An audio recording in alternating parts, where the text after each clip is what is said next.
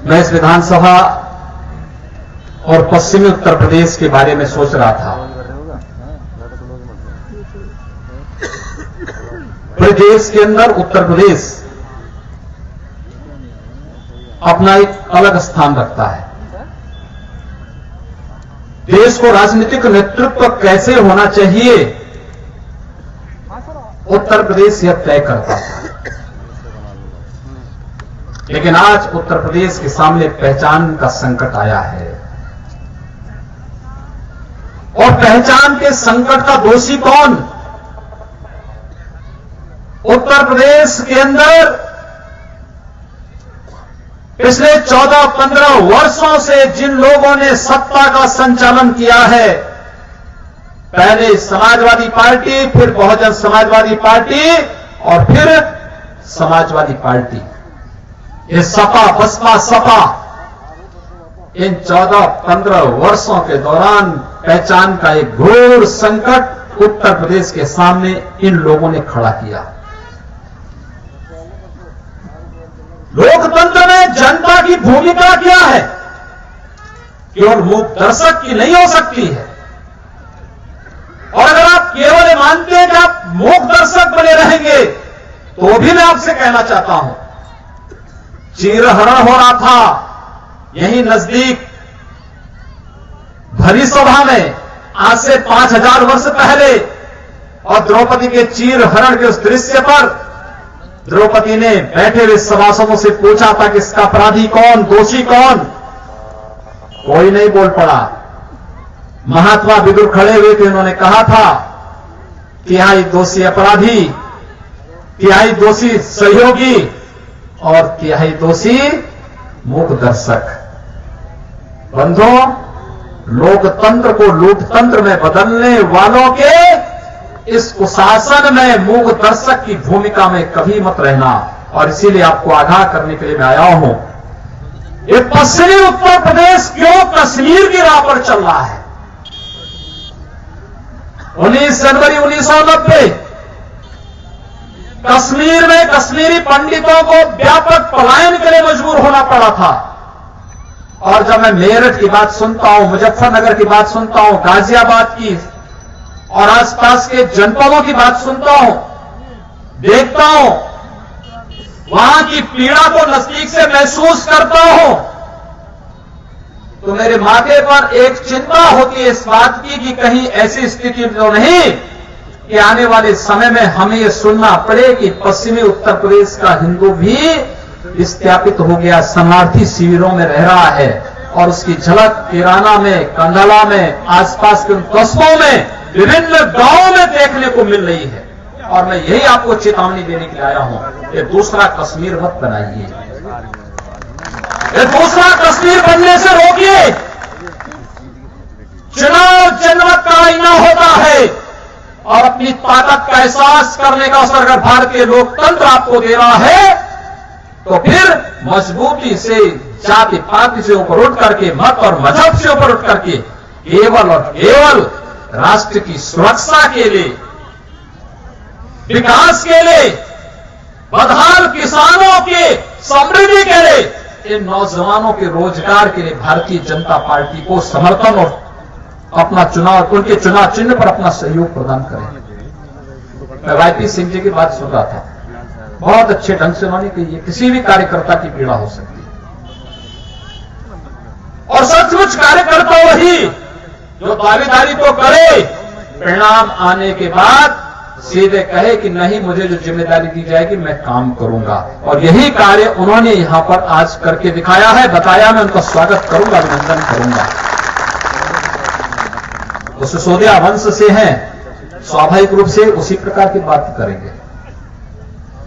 महाराणा प्रताप ने भी मान सिंह से एक बात कही थी, याद करना,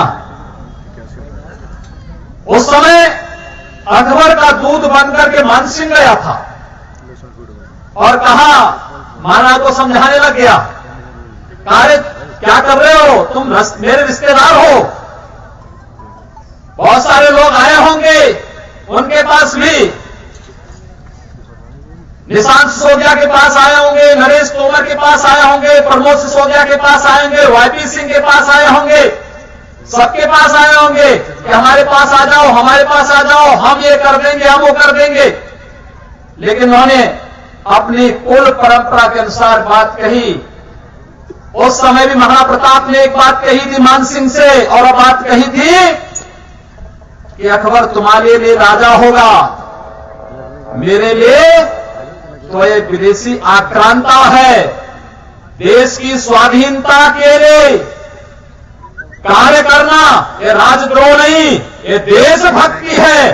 और भारतीय जनता पार्टी और उत्तर प्रदेश का हित चाहने वाले हर कार्यकर्ता के लिए यह बात अक्सर सही बैठती है कि चुनाव हमारे लिए सत्ता प्राप्त करने का साधन नहीं, उत्तर प्रदेश के कुशासन से मुक्ति करने का एक साधन है। और इसलिए आप सबका सहयोग लेने के लिए हम सब आज यहां पर उपस्थित हुए हैं।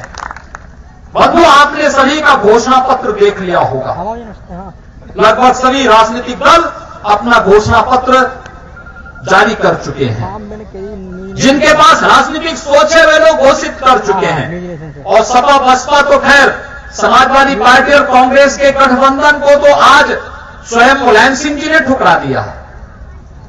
मुलायम सिंह जी बहुत अनुभवी राजनेता है। उन्होंने केवल राजनीति में चुनाव जीतने में ही अपना जीवन व्यतीत नहीं किया। उनको मालूम है कि जिस दिन कांग्रेस उत्तर प्रदेश के अंदर उभरेगी उस दिन समाजवादी पार्टी का सफाया तय है। और इस बात को लेकर मुलायम सिंह ने कह दिया ये गठबंधन नहीं, ये ठगबंधन है और इस ठगबंधन के साथ में नहीं खड़ा हो सकता। देखिए, यही होती है दूरदर्शिता।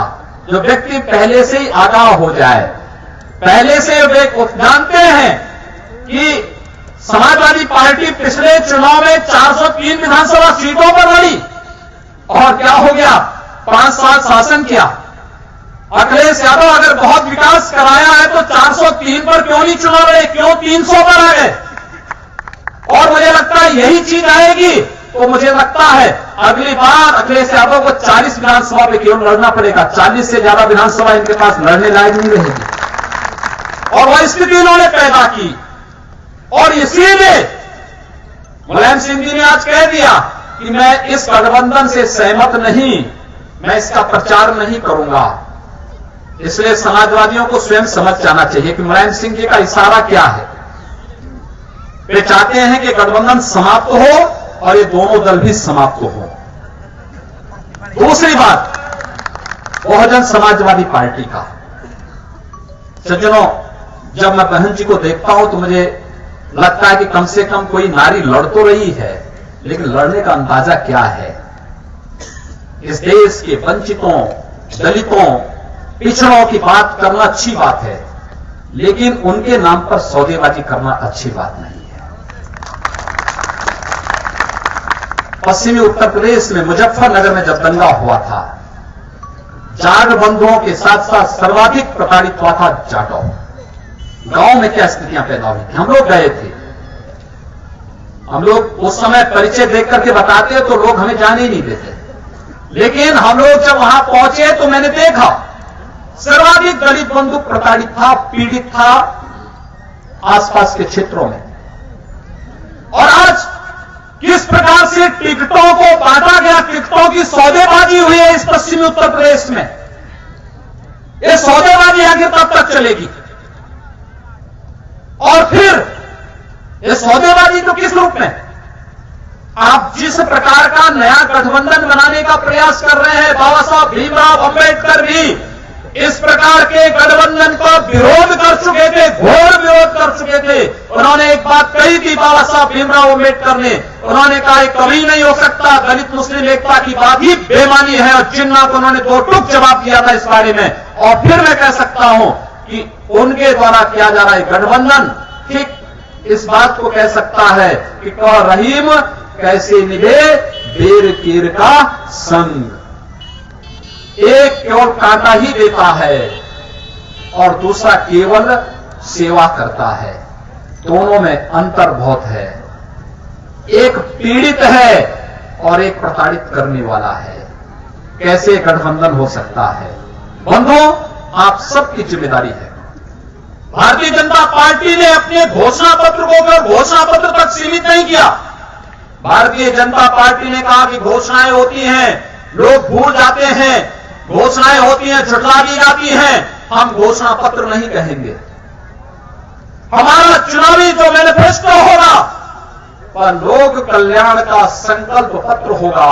लोक कल्याण शब्द कहां से आया? भारत के माननीय प्रधानमंत्री श्री नरेंद्र मोदी जब देश के प्रधानमंत्री बने, प्रधानमंत्री का जो आवास था उसका नाम था 7 रेस कोर्स मार्ग, तो आप ये जानते हैं। और उस रेस कोर्स का मतलब क्या? जहां घोड़ों की दौड़ हो। क्या भारत का प्रधानमंत्री घोड़ा दौड़ में शामिल होगा? भारत दुनिया का सबसे बड़ा लोकतंत्र और भारत के प्रधानमंत्री का मतलब जो दुनिया के अंदर भारत के सबसे बड़े लोकतंत्र की छवि को तो प्रस्तुत कर ही सके, साथ साथ वह भारत के अंदर विकास का मानक क्या बनना चाहिए, समाज का अंतिम व्यक्ति किस रूप में विकास से लाभान्वित होना चाहिए, यह काम कोई कर सकता है तो भारत के प्रधानमंत्री के द्वारा किया जा सकता है। इसलिए उन्होंने 7 रेस कोर्स को हटा करके उन्होंने कहा इसको लोक कल्याण मार्ग करो, और लोक कल्याण मार्ग उस मार्ग का नाम हो गया। वह लोक कल्याण का मार्ग जो आज पूरे देश के अंदर प्रारंभ हुआ है, वही लोक कल्याण को ध्यान में रख करके भारतीय जनता पार्टी ने संकल्प पत्र आपके सामने प्रस्तुत किया है। संकल्प इसलिए आपके यहां शादी ब्याह होता होगा, मांगलिक कार्यक्रम होता होगा, धार्मिक कार्यक्रम होता होगा, आपका पुरोहित आपसे एक संकल्प करवाता है। वह संकल्प किस बात का द्योतक होता है? हम जो करेंगे मन वचन और कर्म से समर्पित भाव के साथ अमुक कार्य को संपन्न करने में अपना योगदान देंगे, पूरे मनोयोग से हम उस कार्य को करेंगे। और भारतीय जनता पार्टी ने संकल्प आपके सामने अपने चुनावी मैनिफेस्टो के माध्यम से प्रस्तुत किया है। साफ कहा, सबके बारे में कहा, गांव, गरीब, किसान, इस देश में झोपड़ी में रहने वाले इंसान, इस देश के उस हर तबके के विकास, उसकी समृद्धि, उसकी सुरक्षा, हर एक के बारे में किसी ने बात कही तो भारतीय जनता पार्टी ने कही। किसानों, लघु और सीमांत किसानों के कर्जे को माफ करने की बात हो, सॉइल टेस्टिंग की बात हो, या फिर पश्चिमी उत्तर प्रदेश में तो एक बात सामने आती है, मैं देख के ताज्जुब करता हूं। अगर कोई भैंसा गाड़ी लेकर के जा रहा है और कहीं पान या चाय की दुकान में कुछ देर बैठ गया तो पता लगा गाड़ी रह जाएगी, भैंसा गायब हो जाएगा। बैलगाड़ी वाला कहीं बैठ गया, 10 मिनट कहीं चला गया, पीछे का लकड़ी का ढांचा बचा रह जाएगा, बैल गायब हो जाएंगे। गाय गायब हो गई, बछड़े गायब हो गए, कृषि की धरती पर गाय और बछड़े गायब। National green tribunal Uttar Pradesh सरकार को बार बार चेतावनी दी और कही कि अवैध बूचड़खानों को बंद करो। उत्तर प्रदेश सरकार क्यों बंद करेगी जब बूचड़खानों की समर्थक सरकार हो? आतंकवाद क्यों रुकेगा जब आतंकवाद को प्रश्रय देने वाले तत्व सत्ता में विराजमान हो? अपराध और अराजकता रुकेगी कैसे जब अपराध को संरक्षण देने वाले तत्व मौजूद हो और सत्ता उसका संरक्षण दे रही हो? यही कार्य उत्तर प्रदेश में हुआ। भारतीय जनता पार्टी ने कहा है अगर भारतीय जनता पार्टी सत्ता में आएगी, अवैध बूचड़खाने तो बंद होंगे ही, जो यांत्रिक कत्ल खाने हैं इनको भी हम पूरी तरह प्रतिबंधित करेंगे। यह कार्य पशुधन की दृष्टि से, वो संरक्षण और पशु संरक्षण और संवर्धन की दृष्टि से अत्यंत महत्वपूर्ण है और पश्चिमी उत्तर प्रदेश की दृष्टि से तो महत्वपूर्ण है ही। और दल क्या उनको यहां पर हो रहे सामूहिक पलायन की घटना की चिंता नहीं? क्या उन्हें मालूम नहीं कि केराला में, कंदाला में और आसपास के अन्य क्षेत्रों में सामूहिक पलायन हुआ है? लेकिन उनकी चिंता का विषय नहीं, क्योंकि वे लोग जाति के नाम पर समाज को बांटने का जो पाप किए हैं, उस आधार पर उस वोट बैंक बना करके उसे अपना बपौती मानते हैं। वो आपकी समग्र चिंता नहीं करते। जातीय खांचों में बांट करके समाज को तोड़ना चाहते हैं और इसीलिए वहां कोई अच्छी बात नहीं कर सकते, वहां आपके हितों की बात नहीं कर सकते। भारतीय जनता पार्टी ने कहा है अगर सामूहिक पलायन की घटना को सांप्रदायिक हिंसा की दृष्टि से संवेदनशील क्षेत्रों में सामूहिक पलायन की घटना को हम रोकेंगे। भारतीय जनता पार्टी इसको रोकने जा रही है। टास्क फोर्स बनेगा, डिप्टी एसपी और एक डिप्टी कलेक्टर की नियुक्ति होगी, जिलाधिकारी उसके प्रति जवाबदेह होगा। उचक्के और छेड़खानी करने वाली बालिकाएं विद्यालय नहीं जा पाती। आपने देखा होगा पश्चिमी उत्तर प्रदेश में तो बीमारी बहुत ज्यादा है। जहां देखिए, मुझे एक बार भारतीय जनता पार्टी के एक विधायक स्वर्गीय रविंद्र पंडित मुझसे कहे कि मेरठ में एक कार्यक्रम में आपको आना है। मैंने उनसे पूछा, मैंने कहा कार्यक्रम क्या है? उन्होंने कहा हमारे यहां कई मोहल्ले हैं जहां पर बालिकाएं विद्यालय नहीं जा पाती। मैंने कहा विद्यालय नहीं जा पाती, क्यों? क्या गरीबी है? कहा नहीं। तो मैंने कहा क्या कारण है? कहा कोई सुरक्षित नहीं, वो बालिकाएं जाती हैं, उनके साथ छेड़खानी होती है, उनको जबरदस्ती उठा दिया जाता है और कोई विरोध करता है तेजाब फेंक दिया जाता है। मैंने कहा प्रशासन क्या कर रहा है? कहा प्रशासन सुनता नहीं, क्योंकि सत्ता का संरक्षण और उच्छृंखल और उदंड लोगों को, दुशासनों को सत्ता का संरक्षण जो प्राप्त है, ये इस प्रकार की अराजकता अकेले भारतीय जनता पार्टी कह रही है हम इन बहनों की सुरक्षा की पुख्ता व्यवस्था करेंगे। रोमियो हमारा एक दल होगा जो सत्ता जो वहां पर एक मजबूती के साथ टास्क फोर्स की तरह काम करके ऐसे उचक्कों को पूरी मुस्तैदी के साथ ठीक करने का कार्य करेगा। और बंधुओं, आप सब जानते हैं केंद्र में श्री नरेंद्र मोदी के नेतृत्व की सरकार जो कहती है वह कर रही है। उन्होंने जो कहा था वो किया और कर रही है। और भारतीय जनता पार्टी की जो सरकार प्रदेश में आएगी, तोमर जी एक वरिष्ठ सांसद रहे हैं। एक बार इनके आवास पे गया था, कई बार गया था, लेकिन इस बार एक मीटिंग में गया था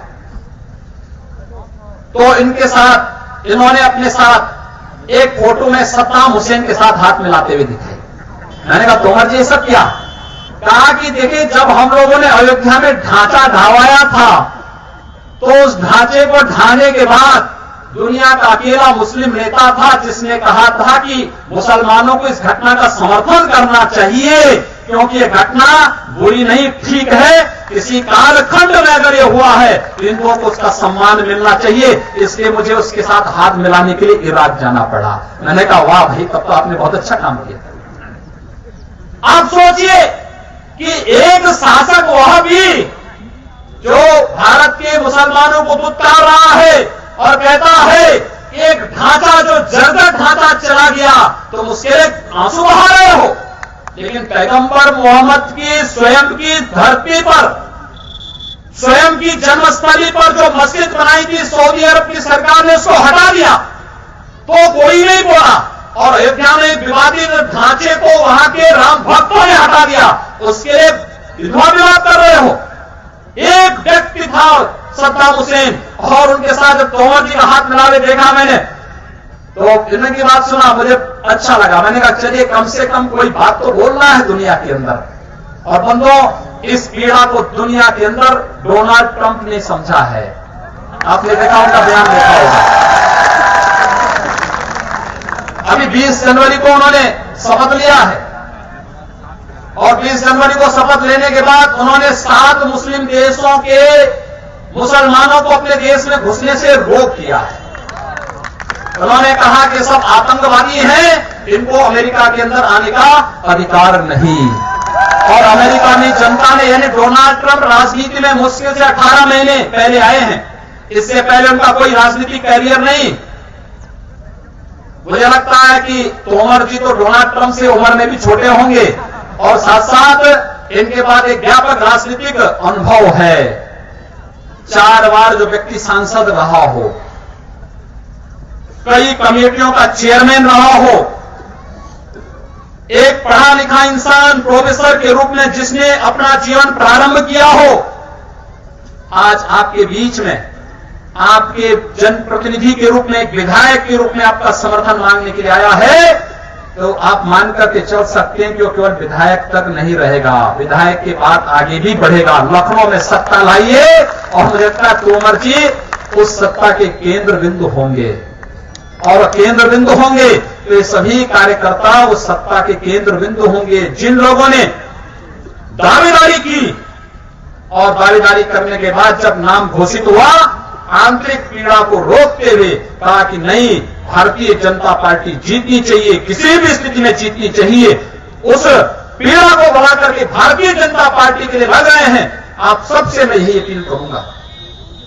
उत्तर प्रदेश की वर्तमान दशा को सुधारने के लिए ये सपा बसपा ये प्रदेश को बर्बाद कर डालेंगे, प्रदेश के युवाओं के साथ खिलवाड़ कर रहे हैं, उनके भविष्य के साथ खिलवाड़ कर रहे हैं। 14-15 वर्ष का कार्यकाल छोटा नहीं होता है, एक बड़ा कार्यकाल प्रदेश को तबाही की ओर ले गया है, कई पीछे हम चले गए हैं, अब गलती मत करना। धन्यवाद। जय श्री राम।